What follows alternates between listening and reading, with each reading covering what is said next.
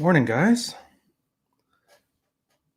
Apologies for the delay. I just realized for those listening to this one on Spotify or whatever other platform, I am live streaming from the kitchen today because why not? I feel bad. I just got my first boomer moment where somebody did a meme for me and I didn't actually know what it was. So turns out I've got to look up and learn about what's it called here. Thick, solid, and tight. See who we got in the chat here. I see Return of the Mac. My God, you showed up early. Tell you a quick Navy story I got here. It's not an interesting story, but it's just something that this reminds me of. I see Alpha Interactions. Good friend of the Irish. Bruce Jones, Julius Caesaris, Tagley, Matthew Sylvie, Jay, Balthazar, Jack. Dude, you live streamed at midnight. How are you up again at like 9? You're off for like 4 hours of sleep, and always Jack Donnie's butt plug. It's good to see him. One man's way, always a pleasure, man. How's things going? Hope you're just sitting there staring at that engagement ring, laughing to yourself maniacally. JD, Eric, John, a few Johns, John Watts and John P. It's funny. This is like a huge crowd here. Most of you guys I recognize from Patreon, but whatever. Finally snapped and using the whole jug. No. I pour it into cups. I'm one of those halfway coffee snobs.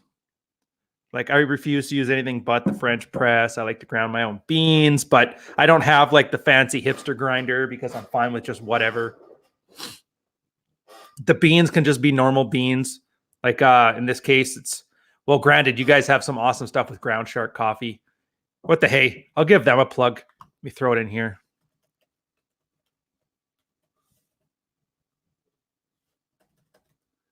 Thank you, Bruce. Said I was hilarious with Rolo and Rich yesterday. Yeah, it was a lot of fun. Ground Shark Coffee, huge fan of the guys. I don't really have ad copy for them. It's just we talked, and I like how they're doing Brazilian Jiu-Jitsu, decided to leave the corporate world, do their own thing. And even though the shipping down to Canada is kind of crazy, so you guys in the States got it really lucky. It's a nice cup of coffee for special occasions. Yeah, if you guys haven't caught it, go get onto YouTube. Go check it out. It was just an impromptu show post-holidays that Rolo, Rich, and I thought, hey, it'd be a good idea if we do this up. It was mostly because of this huge traditional conservative LARPing kind of trend lately. And so we're like, let's kind of talk about it a bit. Then one of the guys asking, should I bring up the tweets? I'm like, you know what? No, let's not make this specific. Let's because it's a general trend. It doesn't really matter who's talking about it. But then I realized after finishing the podcast and going back through a lot of the material that we've got over on the Red Pill, there's a lot of stuff we didn't cover. So a lot of stuff. Plan for this episode, it's going to be the first hour. We're going to talk about what's wrong, what's bad about the TRAD. And the second hour, hopefully John's available. He was going to come in and talk body language mastery. Let me just send him a quick thing.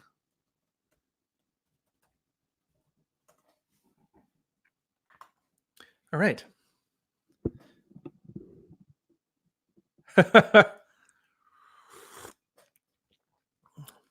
Don't sweat it, JD. I don't want to have the money that would be better spent towards rent and paying mortgages and crap like that here. This is infotainment. Obviously, it does good work, but I mean,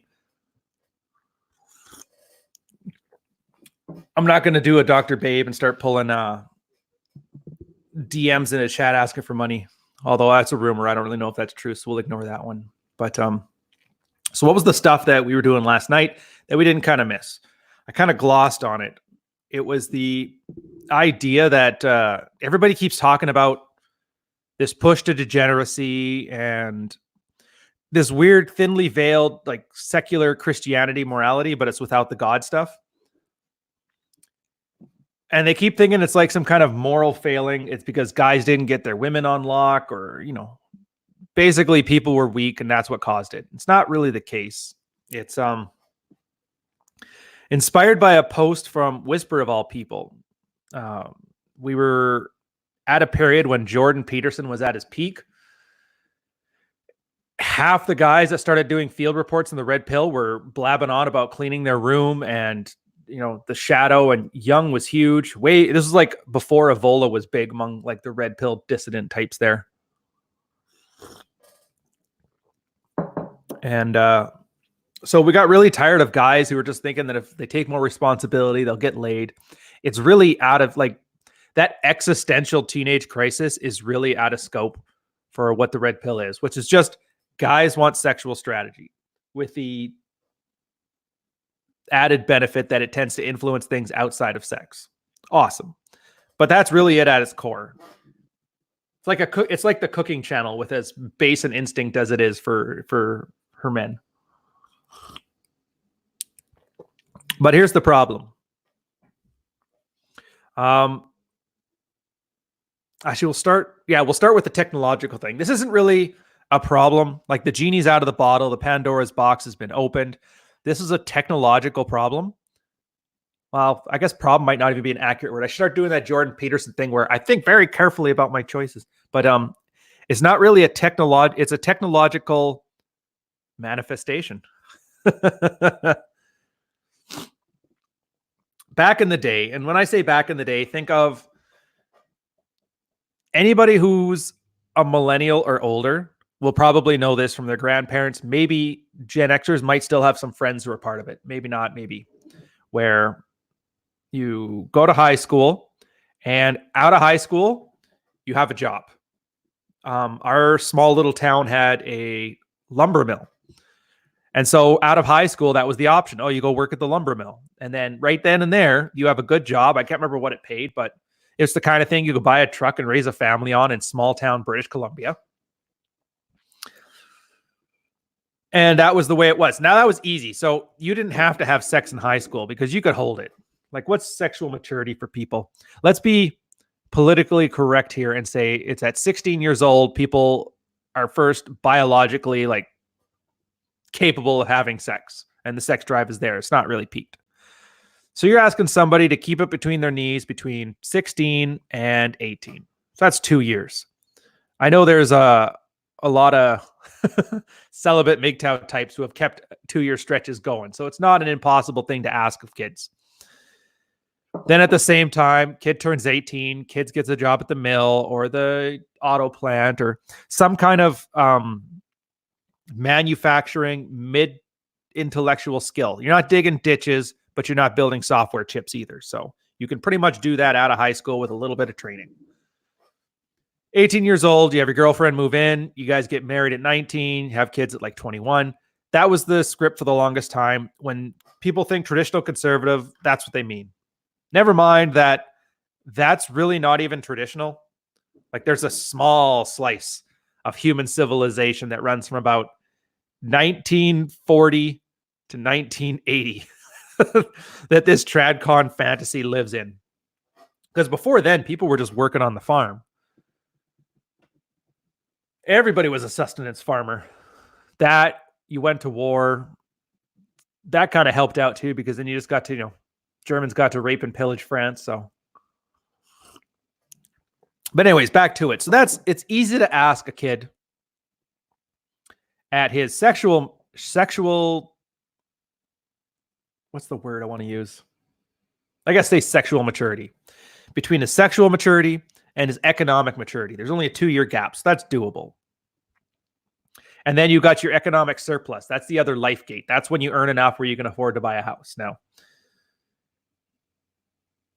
back then, it was pretty easy to get a house. The parents would help. Like dowries were kind of things back then. Oh, you're marrying my daughter. Here, let's help you with the down payment on your guys' first house. That's like a common enough thing. So that's the TRADCon fantasy. Very small slice, supposedly traditional.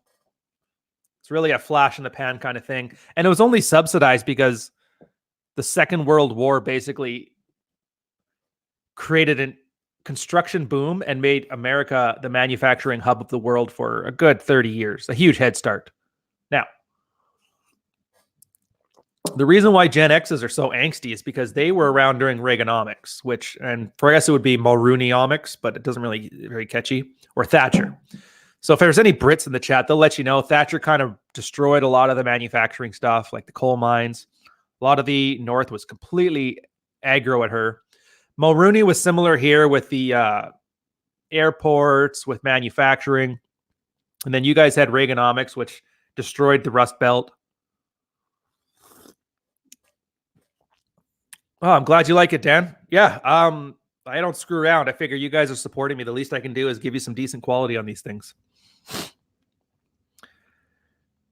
So that stuff all went by the wayside because globalism, it was much easier to outsource this to. When it was the 80s, that would have been Japan. Now it's China, and pretty soon it's going to be, a bunch of other countries because China is becoming a little bit too technologically advanced for manufacturing trinkets. But so that stuff got outsourced. Now we became an information economy or services economy, I think they call it.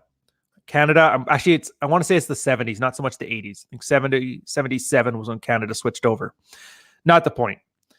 Now we're in an information economy. So people have to go to college. People have to take vocational training. Everything takes a few more years longer. Now, the problem is you start separating that sexual maturity from economic maturity. So the chances you have to actually get a job that is the kind of thing that would help you support a family, that's not 18 anymore. That's pushed ahead 4 years, 19, 20, 21, 22. So now you're telling people from 16 till 22, you got to keep it in your pants. And sure, some people can, but a lot of people can't. Especially at 18, you put them into college. So they're away from parental supervision. So people are just going to have sex. And add to that, the pill, which was created a little while back, and that's a whole other conversation here about how that worked. So right now you have the capability of no strings attached sex. You have casual sex culture. You have parental isolation. And you have a widening of the gap between sexual maturity and economic maturity. And this is where you ended up with, casual sex culture got its start. And we're at the point now where a plain bachelor's degree may not be enough. Now, whether it's not enough because university isn't training people properly, which is definitely the case, or it's the case that people just need more years training, irrelevant. Now you're telling somebody to wait till 25, 26. Girls, PhDs are like up to 28 years old before they can even start working. So you're asking somebody to be celibate for a decade, which is absolutely impossible. I don't care how good the Lord is to you. Telling a girl who's got nothing but options, discrete options from her phone. Jack, you're a dick. Couch finally cleaned the locker room. Smells nice.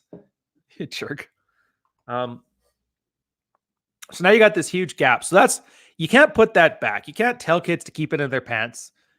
And you can't tell kids to get married at 18 because what are they going to do? Yeah, I'll get married at 18. Then we got to go to separate colleges across the state for 4 years. Then I got to go start looking for work. And then housing prices are gone. The fact that globalism has put a lot of immigration in has created a huge amount of pressure for the cities.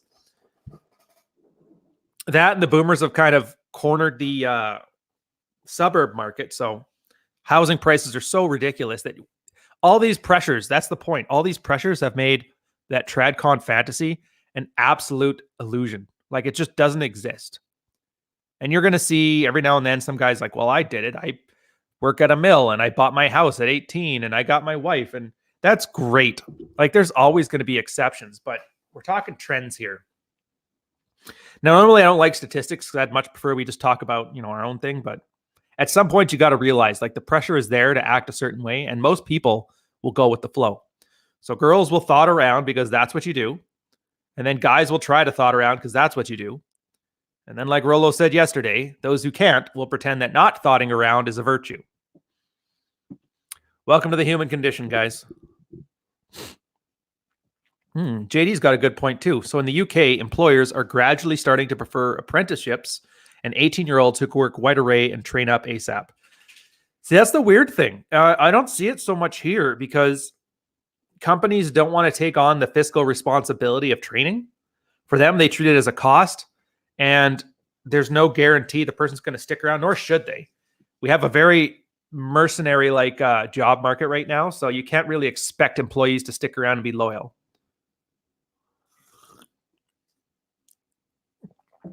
And then, Julius, you have a good question there. Do you think people are going to become more trad this next year? I say no. No, we won't. Everybody's talking about like there's this pendulum swing and that it switches back and forth between feminists and trads. And I'm like, shut up. No, like if you've been paying attention, trad at this point is a luxury item. Like the only person who can have a trad lifestyle is somebody whose parents are wealthy and sets him up so he doesn't have to work. So the trad isn't even trad.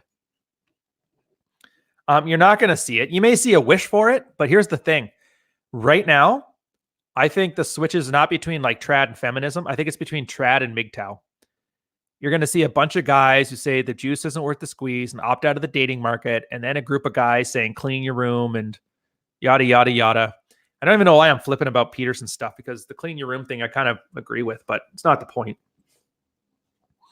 Quite a counterpart term for male thoughting. Yeah, it's called studying. Guys aren't thoughts. Like picking up girls is, well, I don't want to say it's impossible, but it's hard. It's harder than girls have. Like girls have a level of abundance that you're never going to see. Like it's impossible. You can have a hard 4 and that chick will have more opportunity than the 10 out of 10 chattiest Chad that ever chatted. Male thoughting.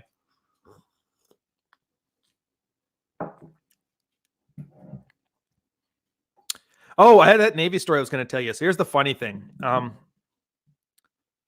Every time you had a sail order or sailing orders, captain would say, okay, we're going to slip at 10 o'clock because that's when we got the jetty permission. Going to slip at 10, be there half an hour prior. So he'll tell his command team, the XO, the combat officer, all the HODs will be, okay, so we'll be here at 9:30 for a 10 o'clock slip. Then they tell the chiefs. The chiefs are like, all right, so my heads of department better be here at 9:30 or 9. And they're like, all right, so we better get our watch soups here at 8:30 so we can prepare. And then the watch soups are like, oh, I get the senior watch keepers here at 8. And they're like, oh, we got to get all the hands on deck here for like 4 in the morning. And it's like this weird trickle back thing. So you're sitting on board at 4 in the morning. You don't slip for like 8 hours. You finished all your work because it was only maybe 20 minutes of prep, and then just sit there goofing around with each other with that weird diesel and Cheeto and body sweat smell that it's only the Navy has it. I couldn't describe it. You just have to be there. Then I was thinking, yeah, so I come in here, I set up a chat, I go make myself a coffee, and I look 8:20. You guys are already in the chat chatting me up, and I'm laughing. I'm like, am I the captain now?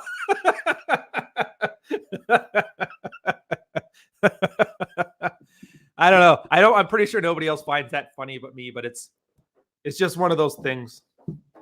There's always those, you're a sailor if stories. I guess one more and then we'll carry on. It was always a joke too, where I think it was a Facebook meme going around where you want to see what it's like to live like your husband does when he's at sea. Well, here's what you do. At 3 a.m, I want you to set off the fire alarm, get up, put on your snow pants, snow jacket, a gas mask, grab the fire hose and stand in front of the stove for 20 minutes, then put it all away and go back to bed. Do that every day for like a week. I was like, that's funny. That's every fire station. Yeah. But here, and yeah, you guys, like, so I'm going to go back to Julius's one here because he's kind of got to follow up, and it's a good point. Here's a thing on frame. Patreon guys, I kind of talked a bit about frame before with some tweets on some specific people. Doesn't really matter now. Trad people are going to use degenerate in a literal sense. But keep in mind, most people aren't trad. Most people don't want to be trad. All those baby boomers that were raised by trads and they had the opportunity for trad, gave them the birth control pill, and they gave up trad for free love right away. They didn't care. So even the trads didn't want trad. If you give them another option, they'll take anything else. This hobby farm masculinity, and I'm coining that one because I remember this. When I was on the ranch as a kid, every time we had branding season, like we'd have to brand our cows for, you got to do that. Otherwise people might steal yours. So they have to know whose are whose. There was always a bunch of guys from the city, guys and girls, thought it was really fun. Oh, let's go work on a farm. How much fun. And they're acting like it's a big laugh riot. And I'm like, screw you guys. I was up at 4 a.m. hauling irrigation lines. Meanwhile, there's 2 full-grown adults who are having trouble wrestling a calf to the ground so they can brand it. And me as an 8-year-old kid, I'm showing them. It's like, look, just reach over them, grab their 2 legs, tuck them in, and then lift them up and just drop them, damn it. So they were really just in the way. And I think when I hear about all these guys who want to retire and buy a farm and live on the earth, I'm like, you guys just haven't done it. That's why you still think it's cool.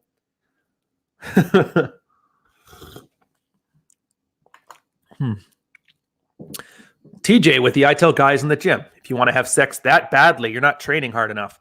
I don't think it's one of those things you can train out of. Like, I get what you're doing. A lot of boxers used to do that too, where they wouldn't have sex or jerk off at all, like a couple days before a match to get them hungry.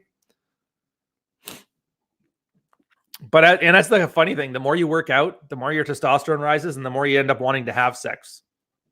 But if you're too tired to move, then I guess that's a good thing. But anyways, back to the TRAD thing. It's not that many people, like almost nobody. And that's a problem with Twitter or social media in general. You're going to get, and I've seen this in other things, you're going to get 1, 2, 3, maybe 6 guys total that push forward an idea, and it's going to percolate through and everybody's going to talk about. Because the secret that they don't tell you in content creation is that content, don't tell anybody, content creation is hard. Like, it is hard to come up with material to talk about, especially if you're doing it on a frequent basis. Especially if you don't have a practice. Now, if you're somebody, we're going to use like Jeff Miller or as a great example on that one. Excuse me. He's an evolutionary psychologist. So he has material. He can basically teach a 4-year university course on evolutionary psychology, maybe even a bachelor or a master's or a doctorate. I don't really know. So he can fill content up because he studied for it. He's trained for it. Rollo can fill content up. He's got 3, almost 4 books coming in, done a lot with hypergamy, had a lot of conversations, done a lot of research over the years. Me, I'm like 5, 6 years of research. I've basically got a bachelor's in red pill, whatever the hell that means. But is this really ASMR like? Damn it. But here's the thing. So I can talk about concepts because there's actually a lot to talk about. But eventually that well's going to run dry and we got to kind of either push the boundaries, develop new stuff, come up with a different angle, whatever. Picture you as a guy, hypothetically, you went to jail for some stupid petty larceny or some crap. You get out, realize that you can't get hired anywhere, and now you're going to be an influencer. What do you have to talk about? Nothing really. So you'll pick up a philosophy book and let's talk about that. And you kind of screw that up. Or TRAD is one of those things that it's just people who are no idea what to talk about, just picked something else. And this just happened to be what came up now. Yeah. And some of you guys got a point too. So there was a purpose for it. And that's the thing. TRAD wasn't a thing. Like, people weren't saying we need to be TRAD or we need to do this specific life script. You're like TJ is talking about in here, right? Perfectly. It was a functional survival thing. Especially when girls weren't really working. We'll go back a little further to like sustenance farming. If you were a farmer and before 1930, about 97% of you would have been. If you didn't farm, you didn't eat. And I don't know if you know this, but girls have really soft hands and they don't have very strong backs and they're not very good farmers. So you kind of need a man. So if you want to find your 18-year-old wife straight out of high school, then go work in a country that only has sustenance farming.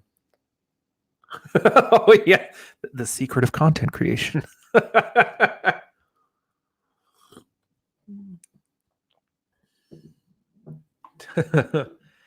You guys are doing metal on the Jack podcast. That's awesome. Yeah, so you're not going to see it rear its ugly head. I mean, obviously the Prager University types are going to rattle on about that. They've been talking the same nonsense since the 80s. And I swear to God, I see so many correlations between that, like Prager University evangelical conservatism in the States and like the MRA movement.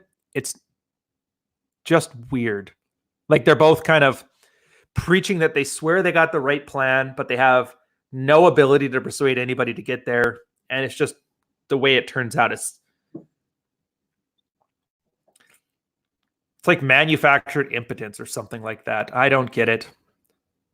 But then again, I don't know, we got a love-hate relationship with the men's rights activism. I remember Wine More Please, he was on here and we were, I guess that's the one he uses. Yeah, we were talking about that. And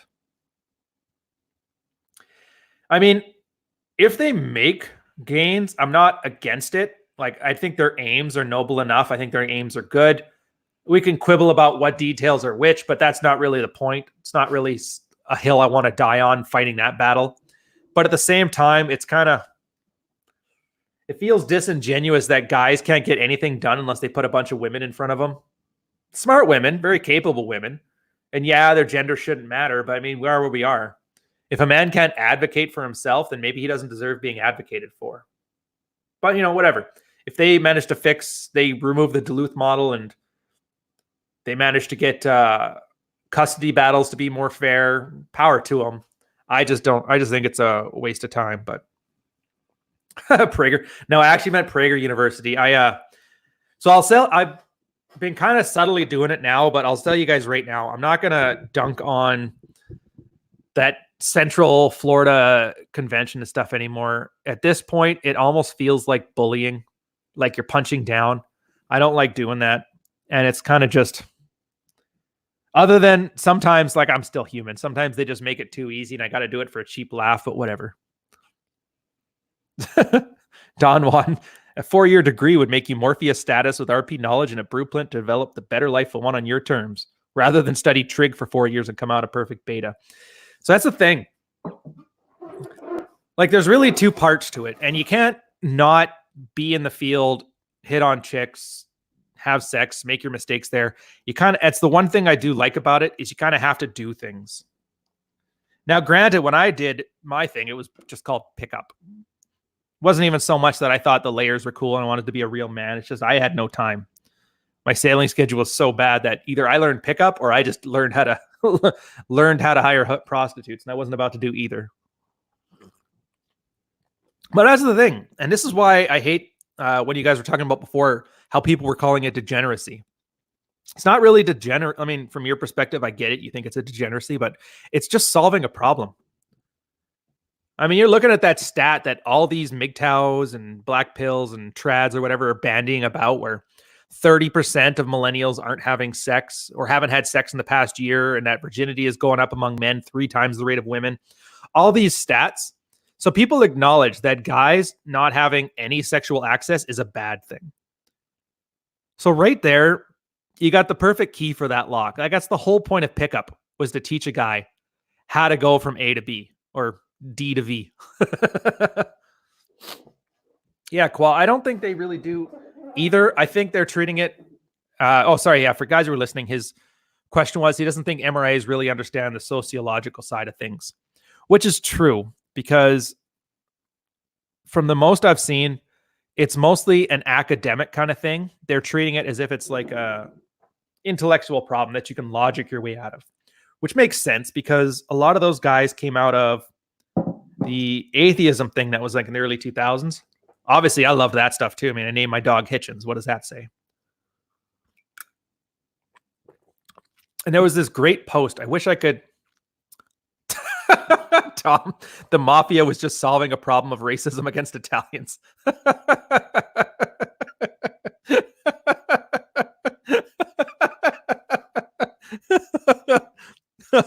That ain't it, but damn, that's funny. I like that one.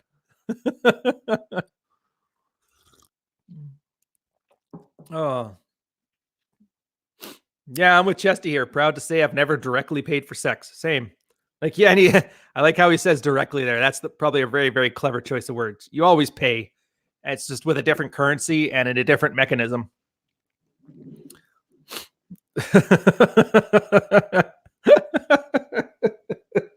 You guys are killing me. That's awesome. Yeah.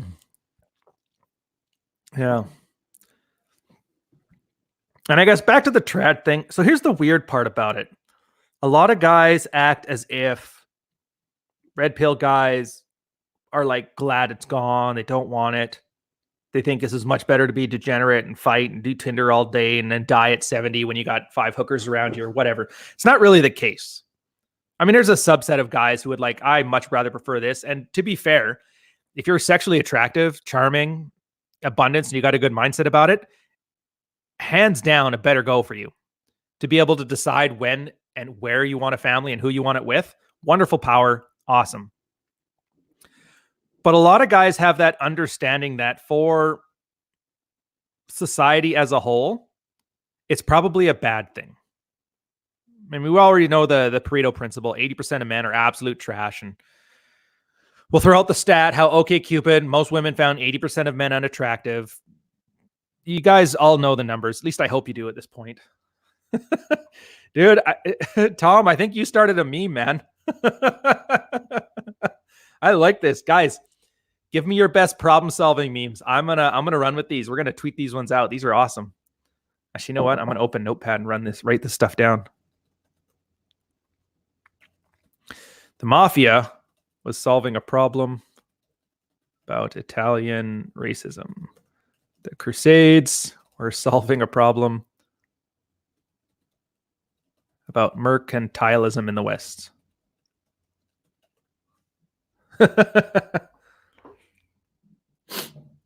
Well, Jay's got a great point there where he talks about modern dating is all prostitution with extra steps in the barter system. Yeah, what do you think sex is? Like, were people, before casual sex came about, were people honestly thinking that girls would have sex with you just because? Like, humans don't work that way. There has to be something in it for you, an incentive to act. And that's human behavior across the board. So if we want to talk about that and get totally utilitarian here, what's the difference in a girl that takes sex for money versus one that takes sex for the willingness to have you work 40 years in a factory for her? The only difference I've seen, and it's a psychological one, it's I want to say it was Cornell that did this, but I could be wrong in the university. But the experiment was pretty straightforward. They gave students a bunch of tasks to do, and at the end, they would pay the students. So if the first group, they would actually just pay them. It was like, do this, and I'll pay you money. And they were given actual money. The second group was given tokens, and then the tokens could then be returned and traded up for money. And just by adding that single step of disassociation, they found the incidents of cheating, of swindling, all that unethical behavior went up drastically. I think 30% or something like that. Just by having that one level of detachment from money. And so I think a lot of the degeneracy outrage is mostly because it's removing that middleman. Instead of trading, in this case, let's say instead of tasks, it's sex. Instead of sex for money, it's sex for tokens, and the tokens are for money.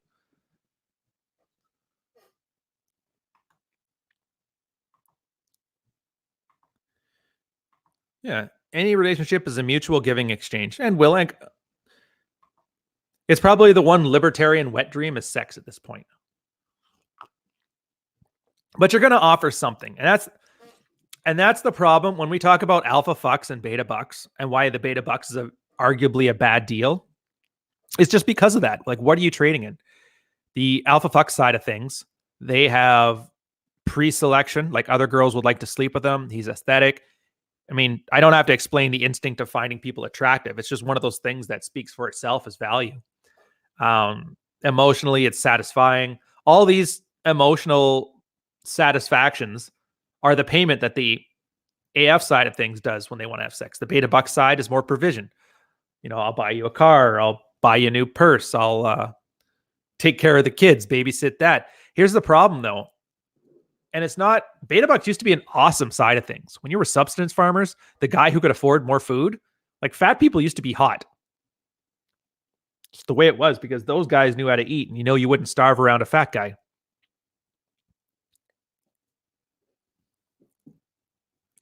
You guys are ridiculous in the chat, man.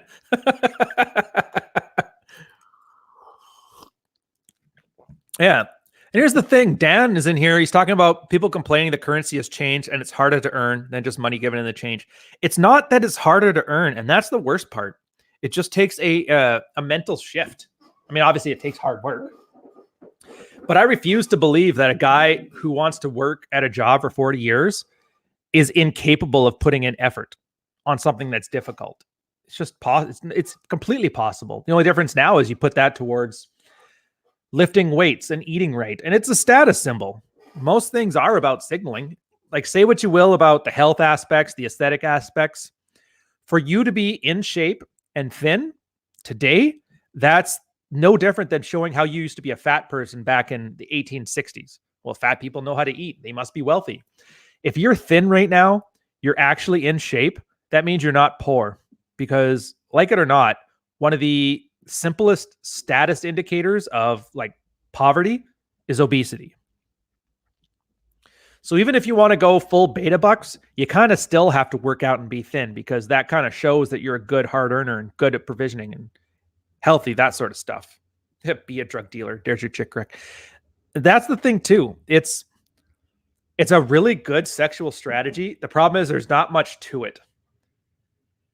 I mean, in my small town, there was a Hell's Angels presence. When the mills got closed down, cocaine run rampant through my town right after the NAFTA deals kind of ruined it. So all the manufacturing went away, cocaine came in, and there were some ugly guys that were dealers, and they were doing really well for themselves. Now, I wouldn't recommend it, but as far as the strategy goes, I mean, it did work. So I got to give them credit there.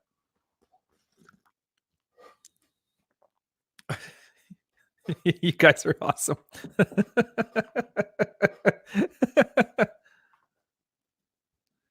Oh.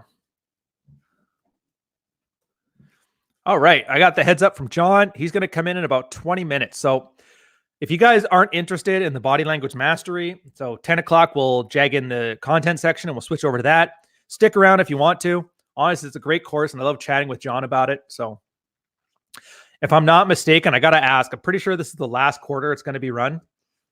I actually I didn't think it was going to be as popular as it was, to be honest.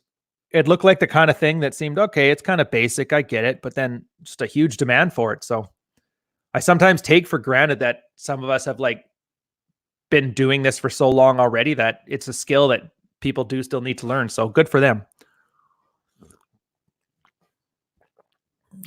Sexual strategy, be a drug dealer. Yeah, do not deal drugs. Drugs are illegal, okay?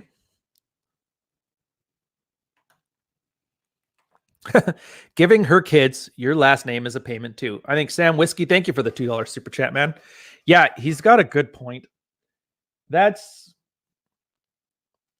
I would argue that even women don't want trad. They want a hodgepodge of all the good spots and none of the bad spots. I'm just still baffled that guys are willing to accept these deals because a girl bullies them into it. And I think the name, to me, it's a meaningless thing. I don't really care. I mean, I'm common law anyway, so it's not even an issue for me. But for a lot of guys, they walk into this thing like, yeah, I know marriage is bad, but I'm doing it for the kids. I don't know what the hell a ring has to do with raising healthy kids. All you have to do is be there.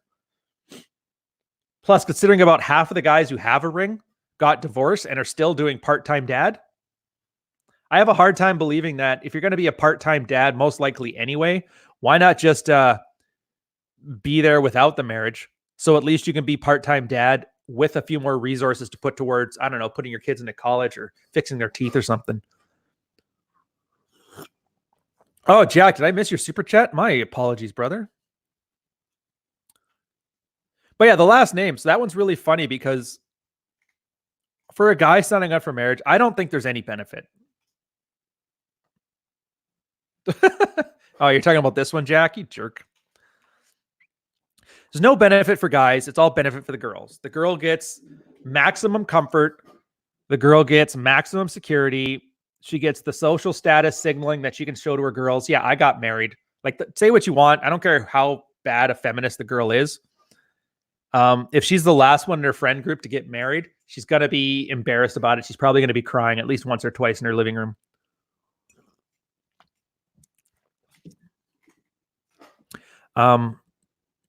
Not my crayon. You guys are killing me. So it's another, again, it's all about signaling. Oh, I got married. Ooh, how's your ring? And if you want to see, dude, if you want to see an awkward thing, I've seen it maybe 3 times among like my friends with their girlfriends and that. That'll always be a friend of a friend that we kind of know, and they're coming to join us and they'll get engaged. Now, most of the guys that were getting married right after our deployment and that, they were buying, I think 1 carat rings were the standard. Don't quote me on that. It's been a while since I looked into it. And you'd see girls just flexing on each other. the girl would just sit there and they would just talk about the ring. Oh, look at that. It's a 1 carat one. Wow. Oh, well, mine's only 0.8 carats, but it's like extra clarity, like double K or something like that. So as long as somebody had something to flex about, they would all be even keel. It's like the guys, yeah, well, I got big arms. Yeah, well, my quads are huge. Yeah, well, I got a massive chest. Yeah, awesome, bro. But then there's always that one girl who got the ring that was like 0.5 carat, normal clarity. Like arguably nothing about it makes it stand out amongst the friend circles. And it's funny to watch them like awkwardly minimize it and act embarrassed, which I find hilarious. I'm not sure how to take it because on one side of things, you could take it as the guy wanted to marry them. He should be the prize, not the ring. There's that side, and I get it. But there's also the side that if you're going to go through all of that rigmarole and get an engagement ring, like realize she's going to be flexing on her friends. And so if you're going to buy a smaller one, you do embarrass her. I would say it's better off just not to get anything at all if that's the case. Yeah, 6 months of income, yada, yada. That's just it. Who's the authority that tells you how much income needs to come on a ring? There is no authority. This is just marketing. So much of the trad stuff is marketing. Yeah. Yeah, Chesty's got it. Deering the 3 C's. That's carat, clarity, and color. When the stone is tiny is female dick measuring contests. That's true. And that's funny too, because I actually know a deceptively large amount about diamonds. For a while, bigger used to be better. And at some point, when Russian diamond became a thing, Russian diamonds, they were all smaller diamonds. And so they had to do a marketing push to like, well, all these diamonds are small. How are we going to sell all these? And that's when the 3 C's kind of came about. Okay, so we can't sell it on just the carats. So we're going to sell it on clarity or color.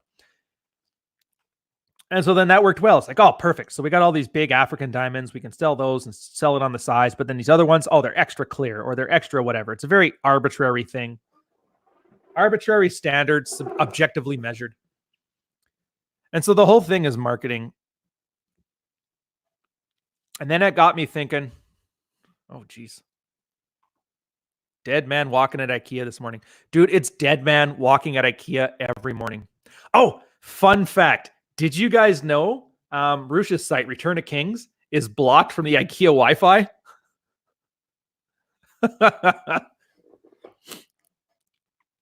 What? Your last super chat of the year and ever? Jack, what's happening, man? Like, I'm not saying you have to, but I'm just like, you say that as if you're going to go off to battle and die or something like that.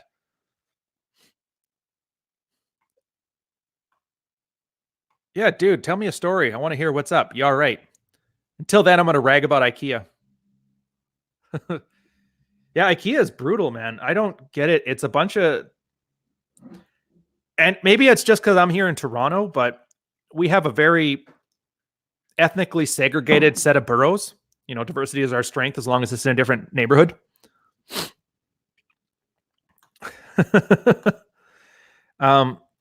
You walk in there, and I could see why we're making such a big immigration push, because the IKEA is just full of immigrants buying tons of furniture. Like, I don't ever see... Let's just say I don't see third-generation Canadians in the IKEA.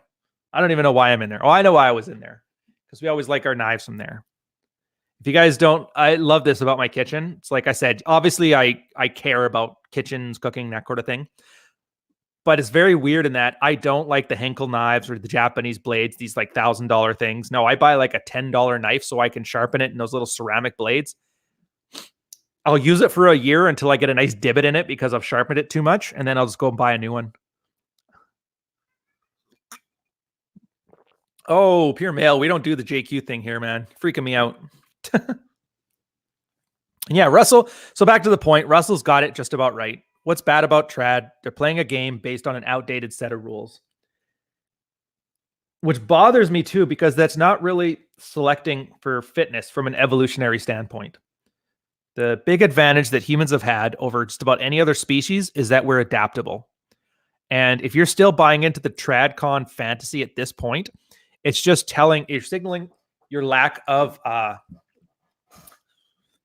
adaptability. Like, say what you want right now. We have soft harems with plausible deniability. but they're kind of like communal ones. So there's going to be the same. I'm just throwing out numbers out of my ass here. It doesn't really matter if it's true. You're going to have the same 100 chicks on Tinder that are sleeping with the same 20 guys there. And they're all sleeping with the same people. Everybody's sleeping around with each other. And then you got the 80 guys that are on Tinder getting absolutely nothing out of it. And that's just the way it is until people want to settle down. Problem is, there's only 20 of those guys. I was one of those guys. My brother was one of those guys. And here's the thing. He slutted around 20s, 30s. I think he's in his late 30s now. Met a good girl, as far as I can tell, settling down. Didn't seem to have any problems with it. He wasn't damaged. There was no hole in his heart or any of that junk you hear about revenge fantasies. No, he just did it. Then he was done with it.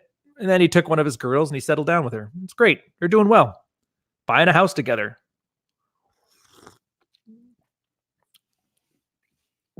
And oh, thanks, Jack. I got to watch the chat a little bit stronger, man.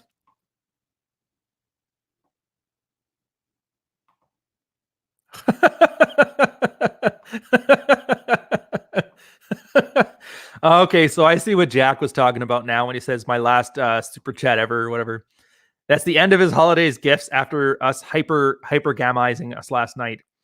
Yeah, it's okay. So if you guys haven't been here, so the last night's show we did with Rolo and Rich and me, it was kind of impromptu. It was really hard to get everybody together during a holiday season for something. So we really only had like an hour and a half, 2-hour window that we could work with. And I'm like, oh, it's right during the Patreon. So I made a decision. I'm like, you know what? Screw it. We'll put this thing together. I'll just tag on the Patreon right after and just go for a full 4 hours. I did feel bad about it, but I'm like, I'm going to keep putting out content to these guys and hopefully they'll be okay with it because I do like prioritizing the Patreon guys. If it was anybody else, I would have said no, but you know, I always got time for Rolo and Rich and them.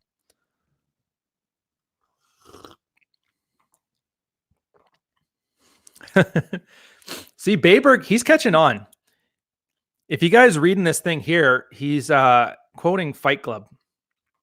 And say what you will about the book or the movie, it was really smart. Like I could tell that Palinchuk didn't just invent all this stuff in his head. You can tell he was kind of talking to people and seeing how things are going. When you see that, and I think this is part of why the trad thing is so seductive. You were seeing the narrator and he had kind of his exaggerated example of he had the perfect hand blown, like he was talking about all these authenticity markers. Oh, these plates are hand blown. So you can tell that they're handcrafted by the indigenous peoples of wherever.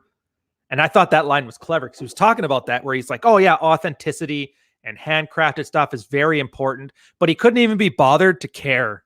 He just liked the status signal on it. My closet was perfect. My sofa thing is handled. And I notice a lot of trad guys kind of live their lives like that, or they want to, where they think life is a series of one-off problems to solve. Like wife is a problem, and then once it's solved, it's done. Or your career is a one-off problem. Once it's solved, once it's done. Having kids is a one-off problem, then it's done. That part actually bugs me. I don't go off much on social media other than to be flippant or crack some jokes. But the one thing that really bothers me is, and this is my least favorite part about the trad fantasy, is its narcissistic fuel is basically children. I mean, there was a guy on there. There was a guy on there, and he's exactly what you think of when you think of TradCon LARPer. Like he had the masculine beard, but he didn't lift, and he just looks like somebody's youth pastor that you just know is probably diddling kids or whatever. But I'm not going to name names. I'm just cracking jokes here. So he talks about my goal is to go move off the grid and create a tribe in the woods and build my own house. And then my children will build their own house right next door to me. And he's talking as if he's Abraham cutting a sheep in half and then taking his flock through it. Here's my problem with this. Those children now are no longer people. Like children are people. I don't know if you guys know this. They're annoying people. They talk too much. They're too wiry, missing teeth, but they're people. So when you start building a life for children without their input in it, what you're doing is you're using them as set pieces for your own fantasy. Trads are huge on that. They do that with wives. They do that with children. And I don't like it because mentally it's not healthy. Say what you will. When I talk about, and I talk about it a lot, healthy and unhealthy levels of narcissism, that's unhealthy levels of narcissism. Just because it sounds good and it has a nice, fancy, shiny wrapper on it doesn't make it any better. Because here's what happens. When those kids aren't living up to dad's fantasy, dad gets mad. He doesn't even get mad. It's actually a term for it. It's called narcissistic rage. And it's different from anger in that anger is a social emotion. I use this reference all the time. Guys probably know it.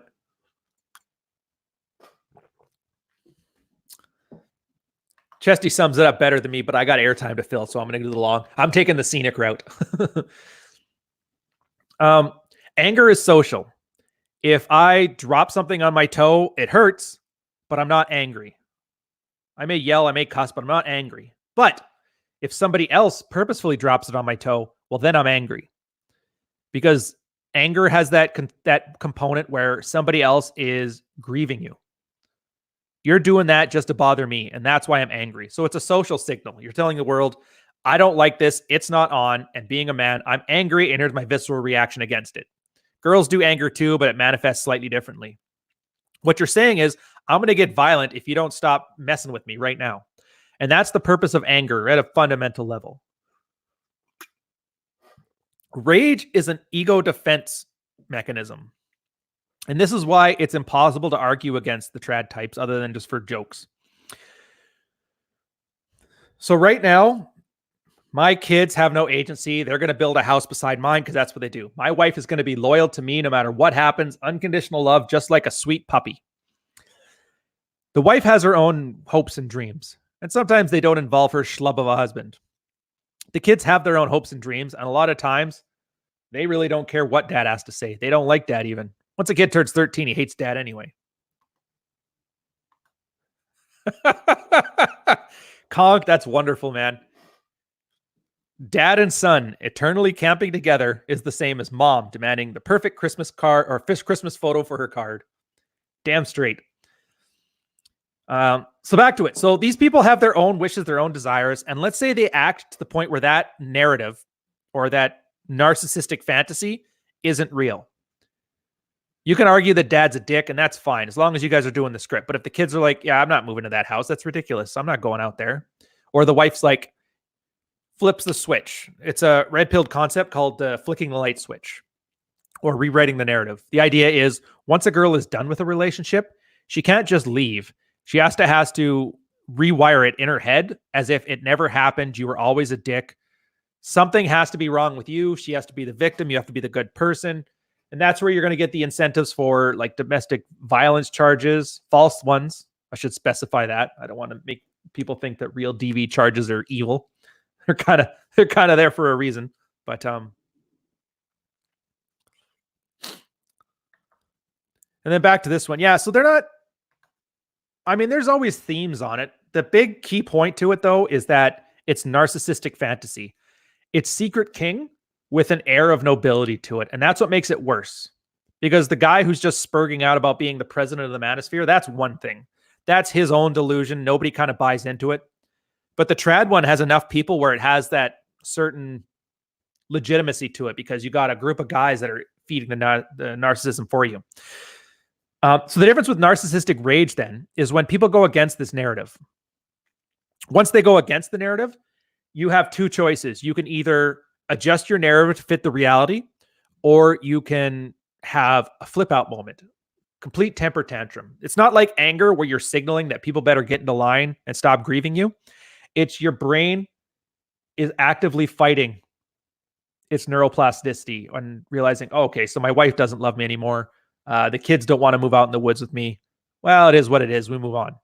But you can't do that. You basically have to spurg out until things go back to normal, and they never do. And for the most part, I think that's the best way to describe what Rollo calls being zeroed out. Guys have a narcissistic fantasy about their relationships, about their families, about their lives.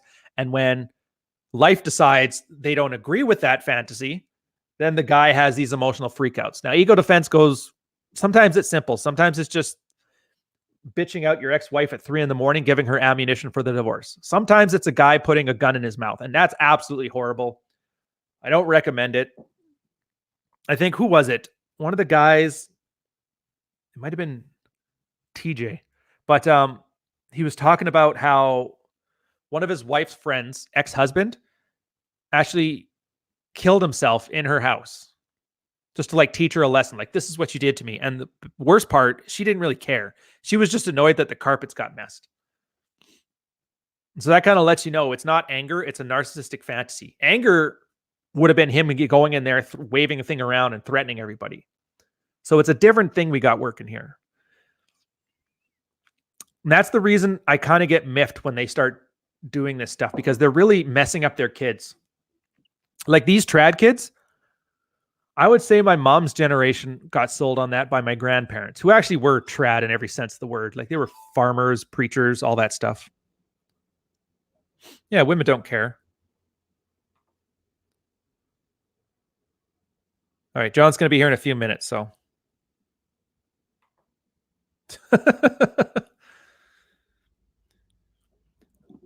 Now, obviously, I'm preaching to the choir here. I don't picture many of you guys going on the trad thing, but it's good to have some insight as to why we like making these flippant comments, what's wrong with it, and what would be a better way. And I hate to say it, but I mean, if you can't beat them, join them. The saying is enjoy the decline, but there's no real decline. We're in a golden age, essentially. Sex is cheap and easy. Enforcement of law basically is non-existent for the most part. People can get away with all kinds of things. We have so much abundance in our life that none of these safeguards we used to have matter anymore. And so that gives you an unrestricted level of freedom that's unheard of throughout human history. Like, you have to actively try to die nowadays. I had a post on this one. It's a plea for irrational confidence. I got to rewrite that one because I'm a much better writer now. But it was this guy, Captain Sparkles or something. It's an old YouTube video where he was putting a ladder up and then getting on it. He was going to dive into his pool, but the ladder broke and then he fell, cracked his head off the cement on the floor, banged it off the fence. And the video was hilarious. Not because he just injures himself off like a 12-foot fall onto cement, but it's because it was like an old video camera. He had to go turn it off, but he didn't move. And it's like that Family Guy thing where he's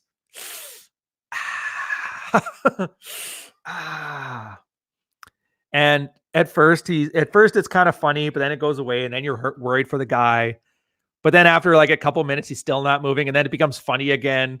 And then you're really worried about the guy, and you keep going back and forth between it being hilarious and horrific. But here's the point of the story is he lived. Like, he actively tried to kill himself, and medical science is so good that he lived. You can survive bullets, knife wounds, anything. You can eat the stupidest poison. Like, they're so good at it. You can't even commit suicide because they'll bring you back. I'm not trying to do ASMR. I'm just trying to make sure you got good audio quality. Remember, we're doing this for the Patreon group. If you guys haven't, please check out the podcast on Anchor.fm, Apple iTunes, Google Play, blah, blah, blah, blah, blah. Just about any platform on there. I put these on there so you guys can listen to them when you're working out. I'll do this one here. When John gets here, he gets here. Yeah, he's here. So I'll finish this question, then we're going to switch over. All right, John, just wait just 1 minute. Isn't red pill a strategy for coping with female narcissism? First off, coping, no. Coping is the stupidest thing ever. Learning to deal with things the way they are. I don't like that at all. And the problem with this is it's female-centric. This is the frame, well, how do I react to women? And that's not it at all. It's a male framing. How do I get more sex and generally a more fulfilled life? And that's it. It's not saying, what do I want to do with this? Damn, Gatto. It's just strategy, but it's for you. It's not for them. All right, John. All right. Hey, boss. How you doing? Hey, good, buddy. All right. So now we're going to be talking about body language mastery. Thanks, guys, for listening to me rag on the trads for an hour. Now let's get on about what it means when she stirs up the wine glass, which I've got to admit, it's a good sign. Yeah. How you doing, man? I'm just waking up here. It's 8 a.m. I'm in Mountain Standard Time, so I literally just rolled out of bed. But That's fine. 8 o'clock things. yeah, So, yeah. what's it like over there are you in Cheyenne? Yeah, it's crazy. You know, it's crazy over here. Like when I'm in Tokyo, Yeah. like it's so hard for me to go to sleep past like 2 a.m. Like I'm just wired and stay wide awake until 2 a.m. no matter what. But here, like I fight to stay awake at like 10:30 and like this sleep just comes over me. and then I wake up at like I woke up no alarm clock this morning at like 7:30, just wide awake. So Because of the lights, isn't it? There's no lights down in Wyoming, so you kind of have to follow the cycle. yeah, the sun goes down at like 4:45, 5 o'clock.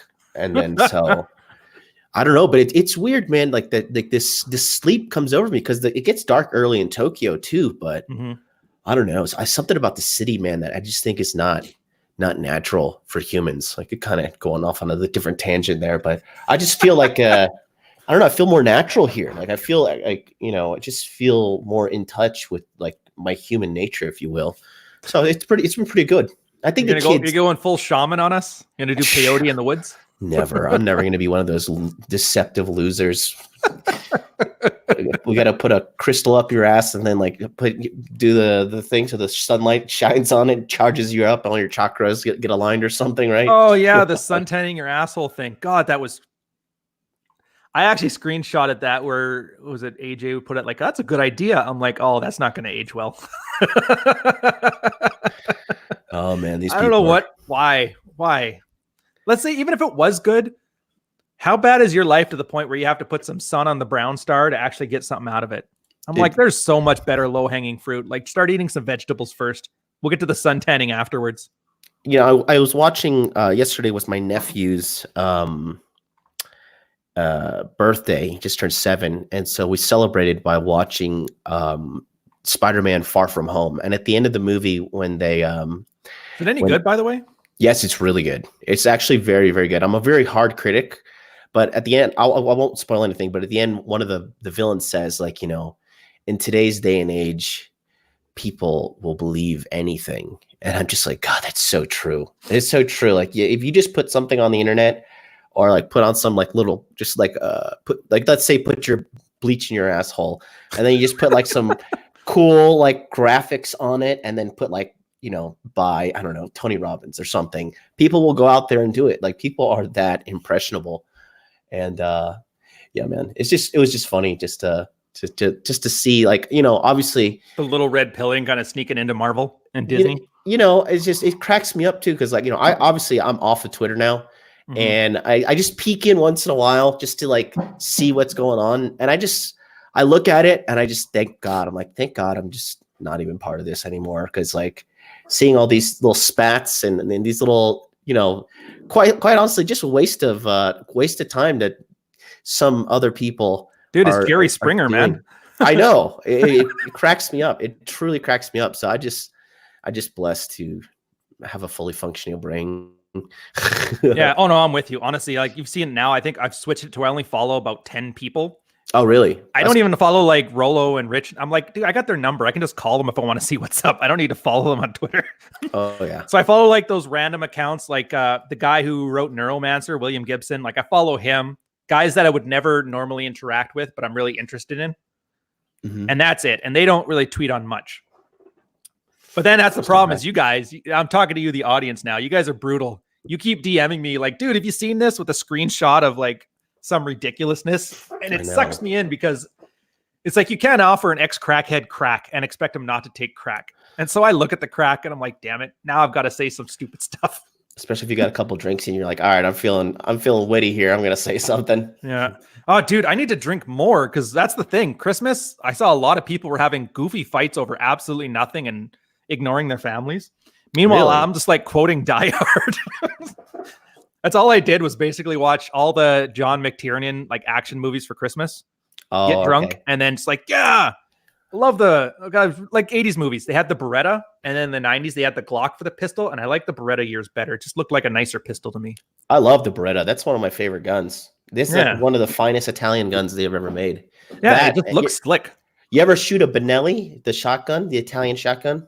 I haven't. Honestly, I've only C7s and C8s, which is like an M4 and an M16, Sig Sauer 220, and Browning 50 cal are the only things I've ever really shot. Oh wow! How was the kickback on the 50 cal? It was hard mounted to the deck of a ship. So were you shooting at pirates? I would have loved to shoot at pirates, but pirates never show up. For some reason, they can see this giant gray steely death machine coming and they just go away. Who'd have thunk? No.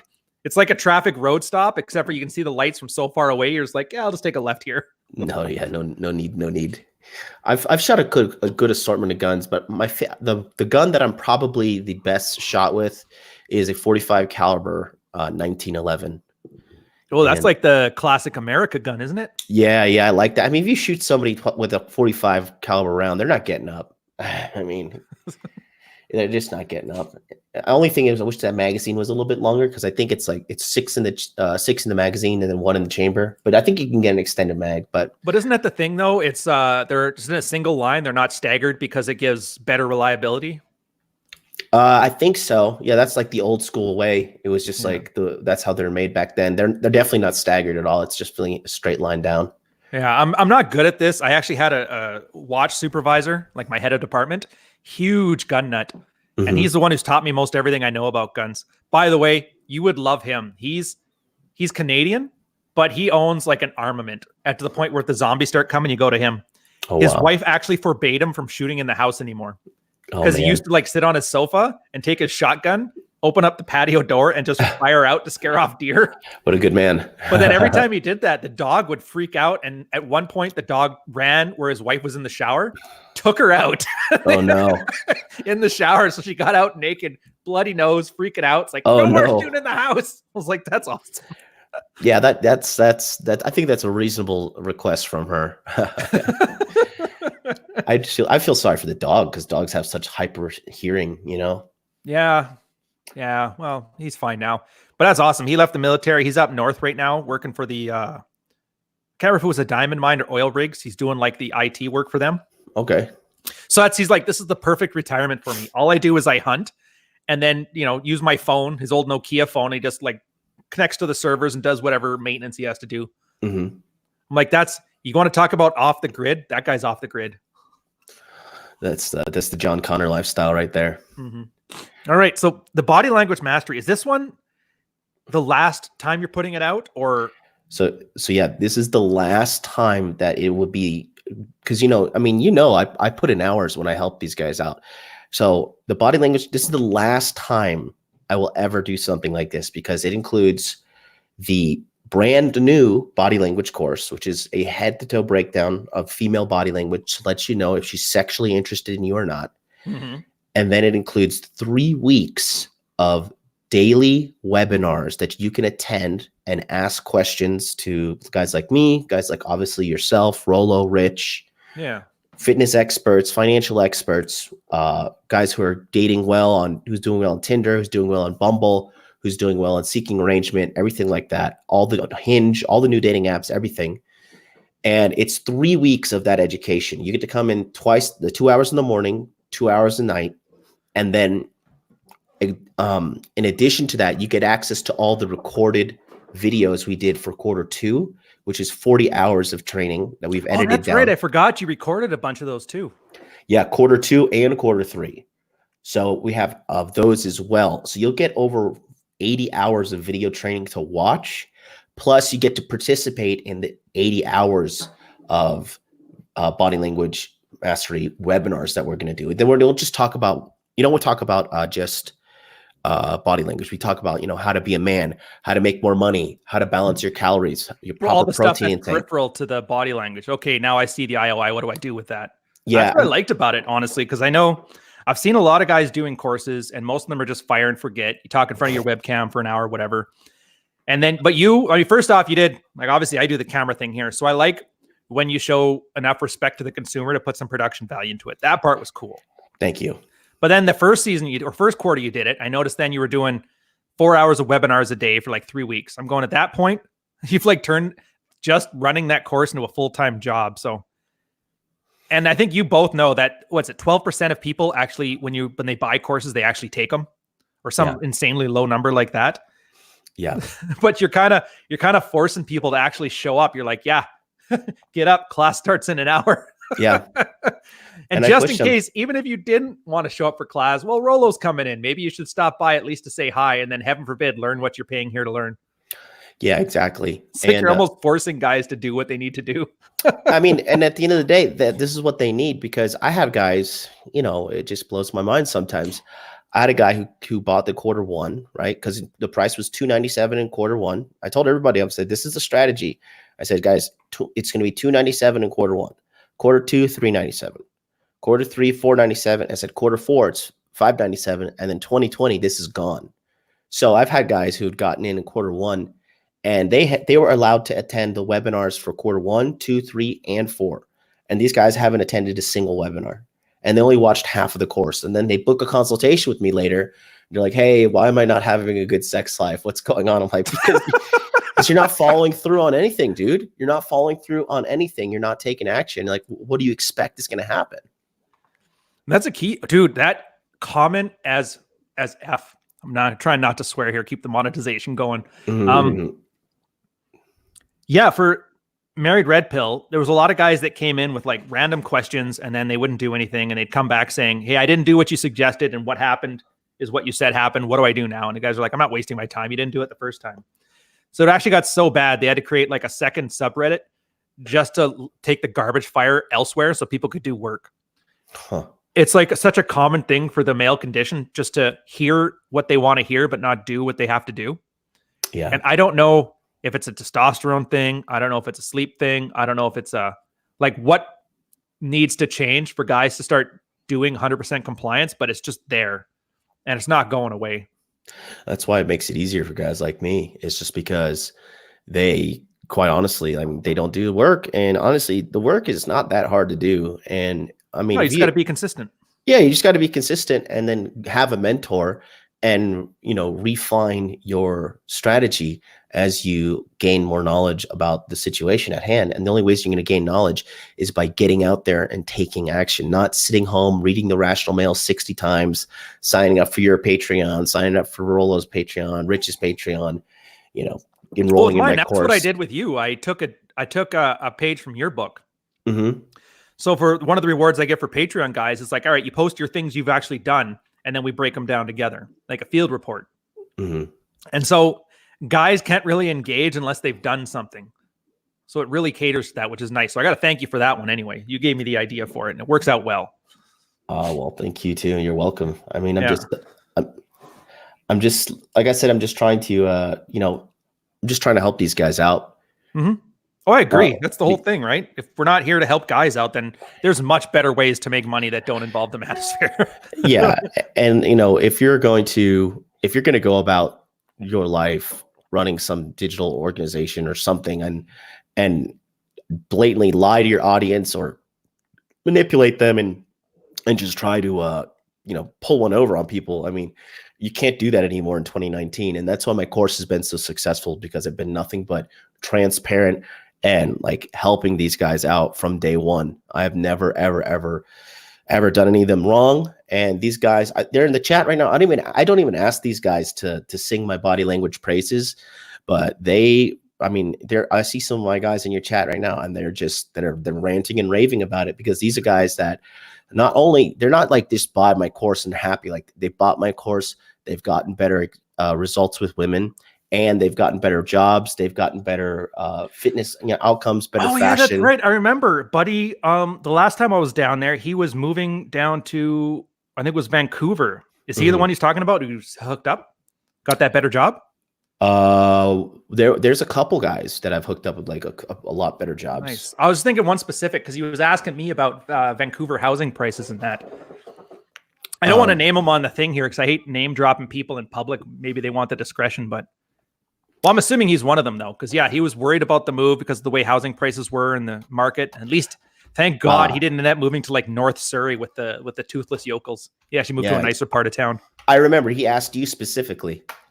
I remember he asked you about the question about moving. Yeah. Yeah. Well, that's because when it comes to property bubbles in Canada, I've lived in all of them, which really sucks. Oh yeah. I move into a place when the bubble's at its peak, and then I have to move out when the bubble bursts. So I for this Q4, I refilmed and redid the entire course. So if I'll share my screen, if you're okay with that, I could show Please do. people the course lineup here. Okay. Let's max this one out. There you go. Okay. Look at that, all organized.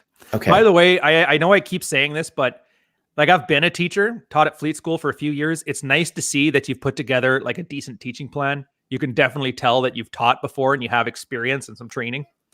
Yeah. Also rare in the electronic course space. Guys who actually know how to teach. Yeah, I've taught preschool, I've taught elementary school as a professor, as a teacher in elementary school. I've taught in a middle school, I've taught in a high school, I've taught at Ivy League levels in Japan as well, at Osaka University. What's your favorite? Oh, come on. It's definitely college level, because the girls worship you and you get paid. You get paid, the girls worship you, and they like make advances on you, and you're just like, oh my God, I can't believe I'm getting paid for this. Yeah. It's definitely See, I like them older. I like teaching people that are over 30. The yeah, 20-year-old, there's just too much spurg hurting for my liking. So I was teaching at Ivy League. So these kids are like the elite intelligent of the most intelligent in Japan. Like these kids are super geniuses. It blows my mind how smart they are, because they speak like almost fluent English, and they're Japanese, and they have almost a non-existent accent. It was really terrifying to an extent. Ooh, polyglots, that's cool. It was great. So here's the curriculum. So this is actually this is the first body language mastery, right? So initially I had some introduction things. I cut out the introductions and I just got straight to it in the second one. So module 1 is the head. We have 1, 2, 3, 4, 5, 6. And then module 2 is the torso and the arms. We have 1, 2, 3. And then module 3 is the head, 1, 2, 3, 4. Or excuse me, the hands, 1, 2, 3, 4. And then the legs, 1, 2, 3, 4, right? So that's the previous course, right? And this is the one that had done for Q1, Q2, and Q3. Right. Now, take a look here. This is the new course. So this is module 1. We have 1, 2, 3, 4, 5, 6, 7, 8, 9, 10, 11. Okay. So 4 sections. 1 to 11. With 11 on module 1, the head. And then module 2, the torso and arms, is 1, 2, 3, 4, 5, 6, 7, 8, 9, 10, 11 again. And then the hands is 1, 2, 3. And then the legs is 1, 2, 3, 4, 5, 6, 7, 8. And then also as a bonus, I am. Oh, did I close down my screen? Oops. Yeah, just open it again. It's fine. My bad. Put it on there. I don't know why I did that. Okay. Absolute jerk. I know. If I can't trust you to share a screen, how can I trust you to teach it? Here we go. Let me click like on your video here. Hey, side two thing on this. I like how. So you obviously have a Japanese girl for the videos in this thing. Yeah. I do like it because there's something about the Japanese culture that they use the eyes more expressively than Western people do. Yeah. So the part that I like about it is it kind of exaggerates certain things that we wouldn't think to look for here in the West, in Canada, and that. It's just something I noticed from when I was in Japan too. Yeah. And, so it's nice that you're almost like, it's almost like, all right, we're gonna ham it up a little bit, but that's just naturally the way the culture works. I don't know why. It just seemed like a cool thing to mention to me. What do you mean? What do you mean exactly? Just expressions. I found with a lot of Southeast Asian cultures like Korea, Japan, China, they tended to be more expressive in the eyes and less with the mouth than in like Canada or the States, where it's kind of the reverse. Which I don't think that's a good thing. Being more mouth expressive kind of means bitchy, but whatever. But it's nice because then you could actually pay attention to the details, the eye details, because they're made into a focal point. The girls are just far more feminine with their overall facial gestures, and their eyes get big when they like see something. You know, they're like they're just more cute. They're just more feminine. Like that's the one thing that's missing from Western girls is like there's a lack of femininity. And they have it here. And this model is absolutely stunning. I could play a clip if you want. But again, this is the module on the head. So this one has 11 here. And then the torso and the arms has 11. And then the hands has 3. And then the legs has 1, 2, 3, 4, 8. So Yeah, I really like this one a lot.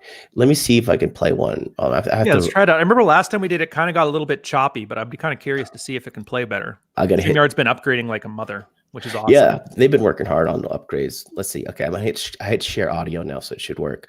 Which one do you want to see, Ryan? You want to see from the head, the torso, and the arms, the hands, the legs? Well, you know what? I'm a breast man, so Okay, let's go with torso. Okay, I got the perfect one for breast. Let's see. When they wink, you're in there. Right now, let me see. Oh, actually, you know, this is a pretty good one here. Hopefully this plays well.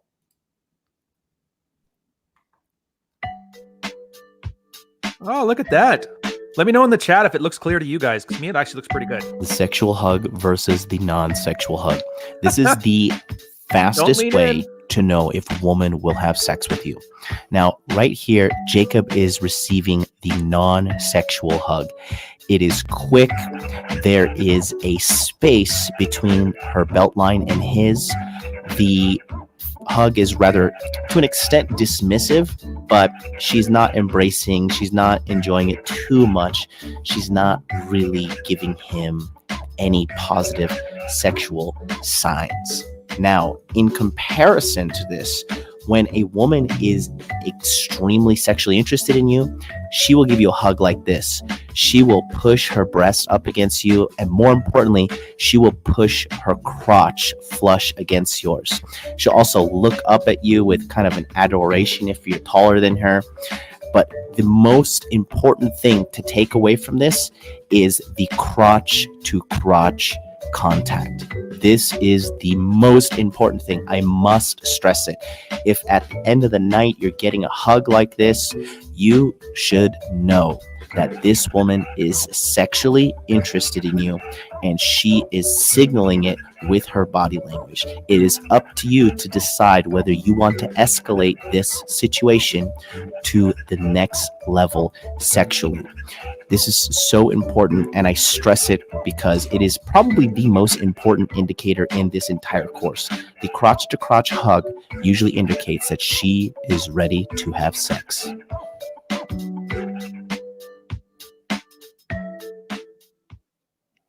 Good job, StreamYard. That was crystal clear looking on here, man. Yeah. Audience said it looked great on theirs too. Yeah, so that's just one of the many things that guys don't know. I have like tons of guys, you know, just booking and watching and then shooting me messages like, "Oh my God, I can't believe I missed out on all these signs." And that's a go-to right there. Once I know a girl hugs me and she pushes her breast into me, but more importantly, like the crotch to crotch touching, that right there is like, all right, I'm in there like swimwear. Like it's going down 100%. Mm-hmm. But a lot of guys, they just don't know how to pick up on these signs, and they don't know how to just, you know, how I date is about, it's two things. I use body language, I use verbal seduction, and I use profiling. Like I profile the girls as soon as I meet her. Like, okay, her nails are kind of tatted up. You know, she's wearing this kind of clothing. Like this girl's got issues. She'll fuck me on the first date. Like tattoos, you know. Colored hair. I hate dad on her t-shirt. Perfect. Mm-hmm. I like that. Honestly, my favorite part about those is not, for me, it's not even the crotch to crotch part. Mm-hmm. It's when they nuzzle their head into your chest. Like you said about looking up as the adoration, but it's always that part before. That's my favorite part. Mm-hmm. When they snuggle you right here. Yeah. Yeah. I like that one. Yeah. Just get right in there. Oh yeah. Plus it's crazy, man. Her hair, not only hair long, but it's still like, it's obviously natural. It was just weird to see how like freely it flowed because it's never been chemically dyed or anything. You don't see that a lot anymore. What, just normal hair? Yeah. Well, I guess, I mean, in Japan, you probably do. I'm assuming there's not a lot of blondes and. Well, what they do is a lot of the girls here, they dye their hair like a light brown. That's like that's the equivalent of going blonde in the United States. They do brown hair. Yeah, I'm used to see. I was from the desert in Canada, like the North Thompson area, and it's kind of the equivalent of Phoenix or like Arizona.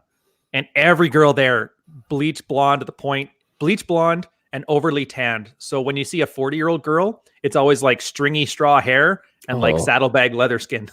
Oh God. But when she's 23 to 26, it's hot. Yeah, it's get them while they're young. Get them while they're young. Actually, Drew has a good point here too on this one for the course. having one geared towards people in sales positions. Yeah, I mean, I could do that. I don't care about teaching sales or anything. I just care about helping guys out. Like it's my passion to help men out because, similar to you, I think you grew up without a dad, right? And I did grow up without I had a a stepdad, but he sort of, yeah, not really. Okay, well, I grew up with the only blog post on him is when I fought him. So yeah. That's funny. I fought my mom remarried and I was like 25 and my stepdad came over and tried to fight me. And I whooped his ass. It was hilarious. And then my mom had to bail him out. It was funny. All those trads talking about rites of passage. Well, there's your pass. There's your rite of passage. Fight your old man. So he, well, going back to the course here, the reason I'm doing all this stuff is because, I grew up without a dad. I had to figure out this masculinity stuff on my own. And, I had to teach myself how to shave. I had to do all these things, teach myself how to tie a tie. And it was so hard for me to find proper masculine guidance because, I fell into the trap of thinking PUA was real, RSD, all that crap. And I read about it and I was like, these guys are just a bunch of dorks. That's all. They're a bunch of dorks with internet marketing skills. That's all it is. That's really what it boils down to. Which is annoying because they should have known better. If I remember, doesn't RSD Tyler, he came from the mystery camp. So he should know what he's doing. Mm-hmm. And that's what bothers me about it. Yeah. So, I mean, there's just so much bad information out there. And then that's why I'm doing it the hard way. I'm getting in there doing 3 weeks at a time with these guys, but these are lifetime loyalty guys. Hacker Boy wants a link for the course. If you want to throw your link up there, click on that link and you guys will support Ryan and his stream. Go through that link specifically. But yeah, there's just so much bad information out there for guys. And like I said, the guys that come and learn from me, there's no ands, ifs, or buts about it. If you do what I say, you will get better. And I mean, if you guys enjoyed that one little fraction of the course right there, I'm actually in the process of editing a whole other section. I have a whole other section on male body language as well, which is AMOG protection stuff. Yeah, how to not slouch, how to not be a dork, how to give a proper handshake. I have one little thing that I called the defensive shell is when you feel like a man might be getting confrontational with you, how to frame up your body language to either push him to get the distance and step away. Because a lot of guys say oh, I don't need to know how to fight. What are you, alpha? What are you, a caveman, bro? But I tell you what, you don't need to know how to fight. You need to make it look like you're not going to back down from a fight, which is the greatest deterrent I find. Yeah. At the end of the day, though, you should definitely know how to fight as a man, I believe. I just think you're just a victim if you don't have any kind of fisticuffs training behind you. Did they train in the Canadian Army, the Canadian Navy?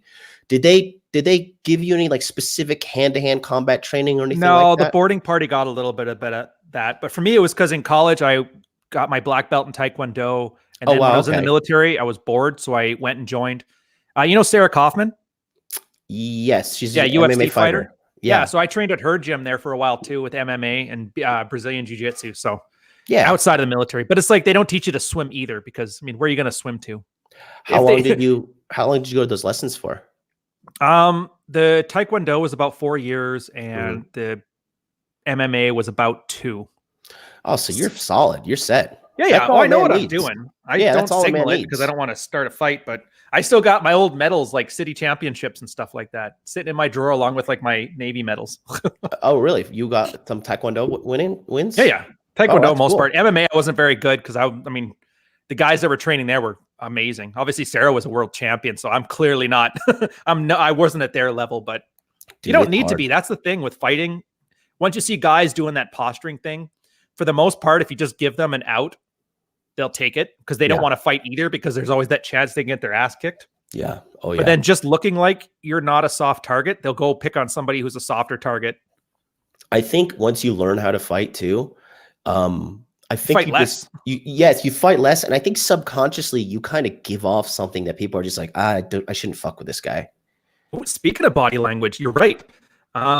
David Dutton, he had a brief section in his Wisdom of Psychopaths where he talked about that, where every psychopath, they were giving him videos of kind of like your thing, videos of people walking down the street. And then they asked the psychopath, if you had to rob somebody or mug somebody, which one would you pick? and they all picked the same people because they could just read the weakness from their body language. Oh yeah. So I would say that reading guys' body language thing is probably a good thing. Oh yeah. I mean, obviously a lot of guys aren't going to get mugged in their daily life, but if psychopaths are able to pick up on those signals, I guarantee you guys and girls are both picking up on them too. Like your boss is, the girl that you want to date is. Yeah. I'm sure there's some visceral thing in a girl's head where it's like, if I get in a fight, will he back me? Yeah, for sure. Also, like if you're a traveler, right? Like there are other nations that aren't as civilized as United States and Canada. Like, have you ever been to like when I got off the airport in Colombia, I was like, fuck, I made a mistake. I was just like, I remember at first thing I went to the hotel and I immediately started looking for flights back home. I read all bad, huh? That's why I hate the manosphere sometimes, because I read all these great things about Colombia and I got off the plane. I was like, yo, this place sucks. And I went to Cartagena and I was just like, oh my God. I went out, I hooked up with a couple chicks. I partied and stayed in a club, met some Russian girl. But after like 3 days, I was like, yeah, get me the fuck out of here. And I just literally stayed in my house. I stayed in my room, smoked weed, and ate steaks for like $5 at a restaurant. And that's all I did to wait out my time there. But it was so sketch, man. And like, there's all these people like sizing you up, like, people trying to hustle you and looking at your stuff, looking at your phone. And like, yeah. Oh, you don't have to go that far. That was me in Tijuana. This is like a year before the drug war got bad. So it was kind of bad, but not bad to the point where the news would report on it yet. But yeah, the same thing where it's, even when I'm drunk with a bunch of sailors downtown Tijuana, I see the zebra running around. Even then, like I get that spidey sense where you could tell some shit's going to pop off. And I was like, yeah, I got to go. I look at those guys. I'm like, no. Sure enough, somebody did get rolled too. My boss, actually. I hated him, which was awesome. But I guess he got drunk, passed out on the beach. The guys woke him up, stuffed an M16 in his ribs, robbed him, and then threw him into the ocean. So he came back on board without ID, soaking wet. And I didn't want to laugh because he had just got mugged, but it was so funny. Oh, man. You never live that one down, too. Talk about losing your authority as a boss. That's no bueno. So, I mean, like I said, body language ties into a lot of things. And there's nobody on the manosphere or red pill area doing this or putting out quality like this, because quite honestly, there's a lot of frauds and fake guys out there. There's a lot of, like, if they're not, a lot of you guys have to realize, I'm talking to you guys in the audience, not you, Ryan, but like you guys talk to me. I like you. Well, I mean, you guys have to realize that just because somebody has a bunch of retweets and a bunch of followers and they have like alpha something in their name doesn't mean that they're valid, right? You need to see their receipts. You need to see, are they, I like how you put that. Yeah. Are they putting in work and getting results and then putting that into some form of educational literature or video or audio for you to take in and get results in your life by using it. And a lot of you guys don't. You just think like, oh, this guy's name's Alpha, blah, blah, blah. He has 12,000 followers. Let's follow his shit. And a lot of these guys, there's a bunch of frauds and fakesters. And we're starting to find that out with, what's going on with the 21 convention. Like this guy's red pilling a lot of people unintentionally about business sense. And nobody's put out a course like this, because I've gone on a date with over 500 women, right? Jeez. I didn't sleep with 500 women, because everybody knows if you're dating, you're not having a. Oh yeah, nobody runs 100%. No, you're not running 100% ratio. But I've gone on over 500 dates with 500 different women all around the world. I've been studying body language for years. I have my degree in psychology, and I put all this course together because there's nothing like it on the dating market. And that's why it's been so successful, because it's real and people are getting solid results from it.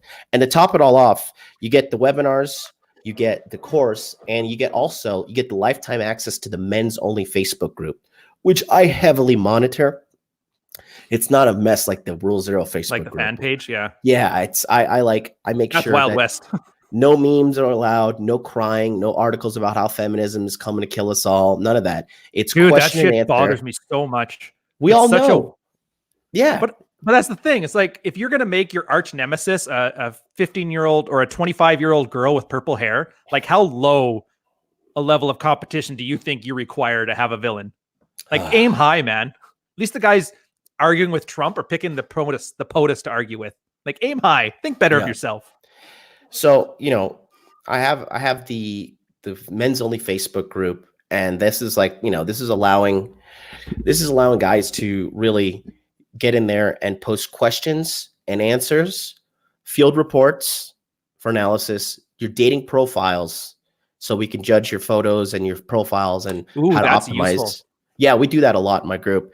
We do a lot of image consultancy, and then also, like, how to use the new dating profile, how to use seeking arrangement. A lot of people don't know seeking arrangement is hot right now, but only if you know what you're doing. And yeah, I keep hearing that, and I'm not on it, but I'm just like, I can't see it. Like, I'm taking your word for it because you're in the trenches, but damn. You just got to run salt daddy game. And a lot of girls, what I've been talking to them and figuring out is this: a lot of girls are just using seeking arrangement as a filter just to find guys to have their shit together. There are gold digging whores on there. Don't get me wrong. I should hope so. That's the title of the thing. But you can filter out ones that, still, I would never take a chick seriously off of seeking arrangement to save my life. Yeah. But Bumble's the same. There's girls that are just on there to get a free dinner or validation after their boyfriend dumped them. So it's not like there's some platform that's only got girls that are DTF with you. Right. No, but like I said, right now, Bumble and like Tinder is definitely oversaturated. Mm-hmm. Bumble is oversaturated.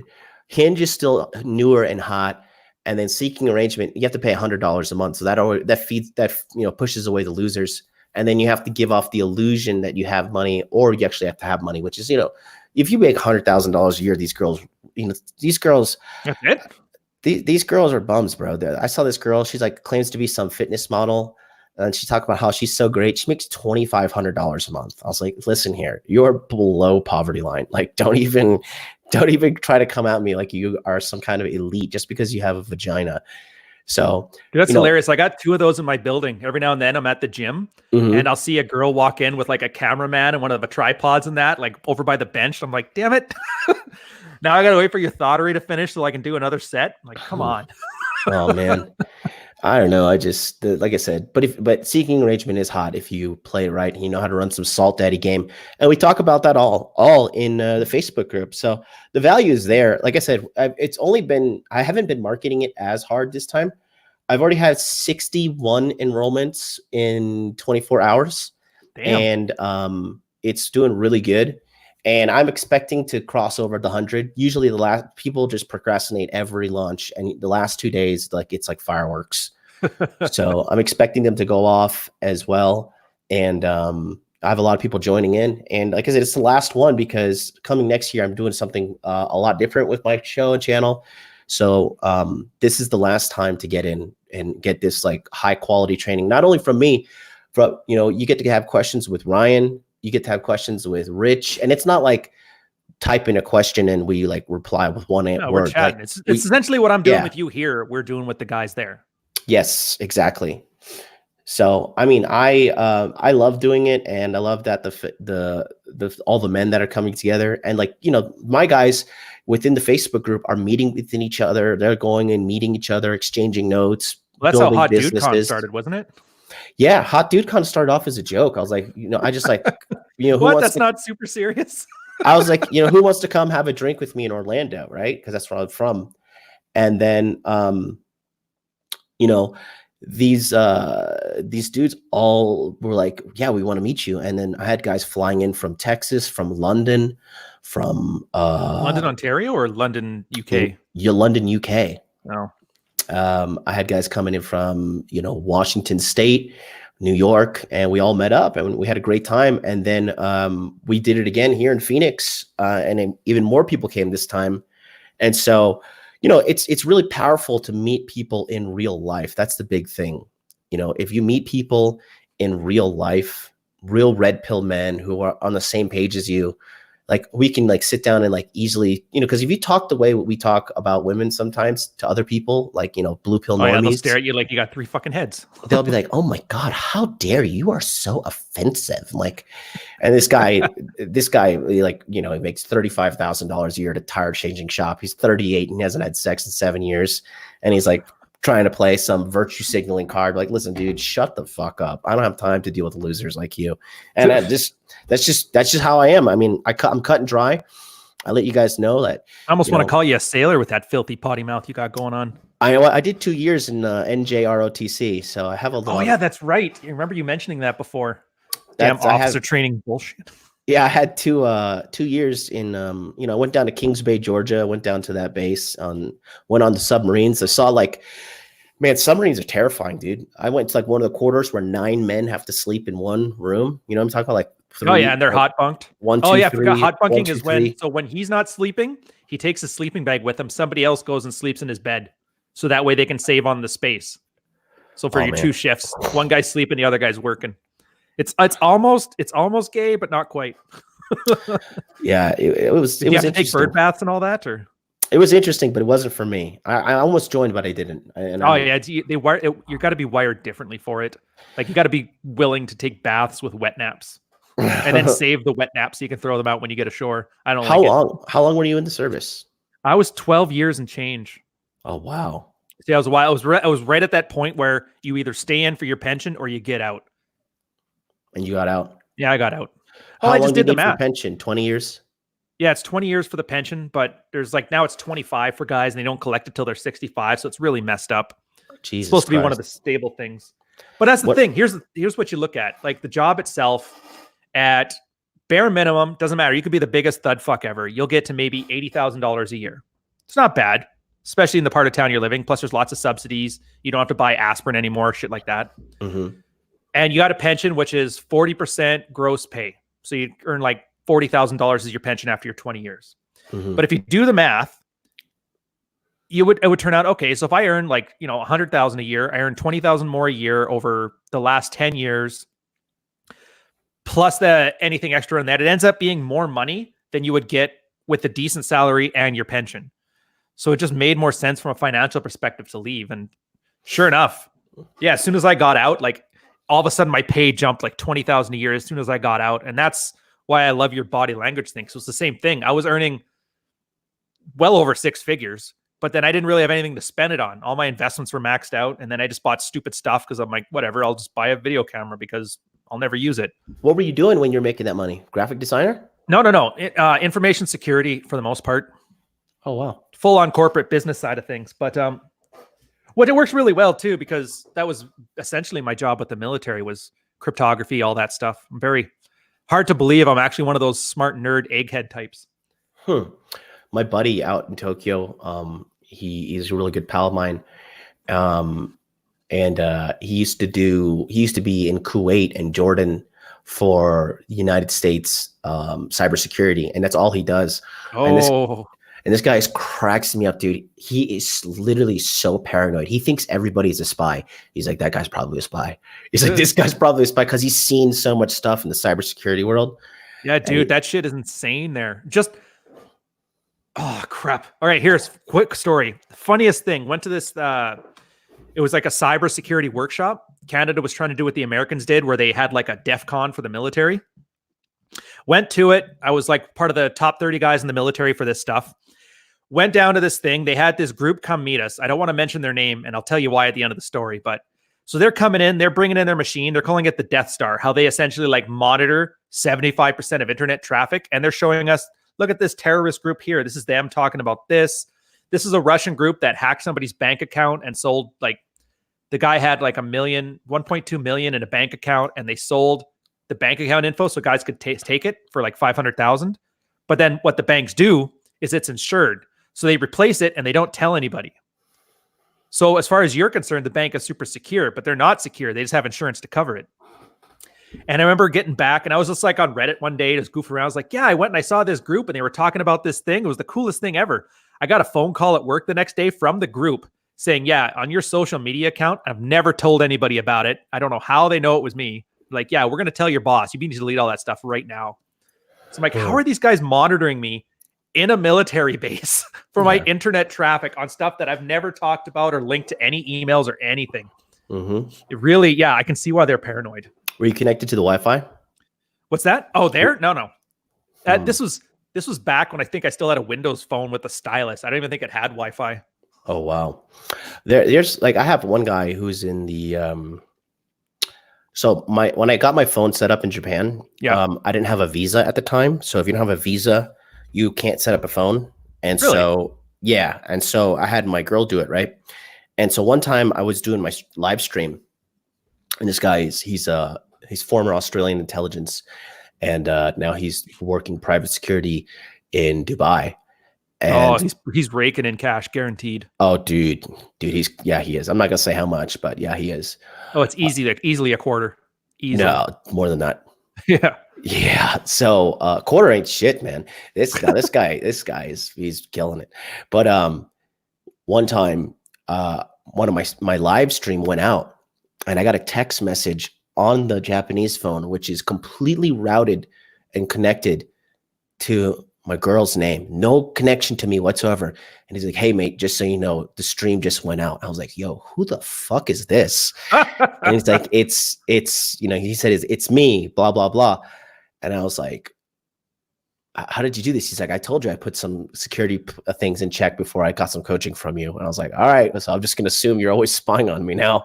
So, but yeah, man. It's not hard. All these guys worried about security, like that boat is sailed. For the most part, it's security theater. Yeah, no, I mean, they're like, when you're like, for instance, if you're logged into Facebook, no matter what, if you're logged in, as long as you're logged in, even on your phone or on your desktop, as long as you're logged in, Facebook tracks every single thing you do. Yep. Every single thing. For you guys in the audience that don't know that, that's why you get all these super highly efficient targeted ads, because Facebook knows exactly what you're doing at all times. Read here. If you guys don't know, go to like a Learn Spanish book, read the first chapter, and then turn on YouTube or Facebook and watch how your ads start happening in Spanish. Oh yeah. That's how good it is. But that's the point of this. Is I was just like you. I'm like, well, okay, money's great. I'm doing well. Enjoy it enough, but not so much. I decided to leave and took a huge pay cut for the Manosphere, because you're right. It is more rewarding. It's actually nice to see a guy like, I know Rolo's the one, he's got 80 guys like, yeah, I stopped committing suicide because you helped me on that. I'm not at that level yet, right? But it's awesome to get an email from a guy like, yeah, I got over my ex-wife, or, hey, I just, my wife left me, took the kids, and now I have 3 plates. That's actually one of my guys in Patreon right now. I got 3 plates. Life is awesome. And the divorce is actually handled better because of your advice. It's just nice to see those little victories. Yeah. And I don't think you could put a price on it. I mean, once my mortgage and food is paid, I don't really care about the rest.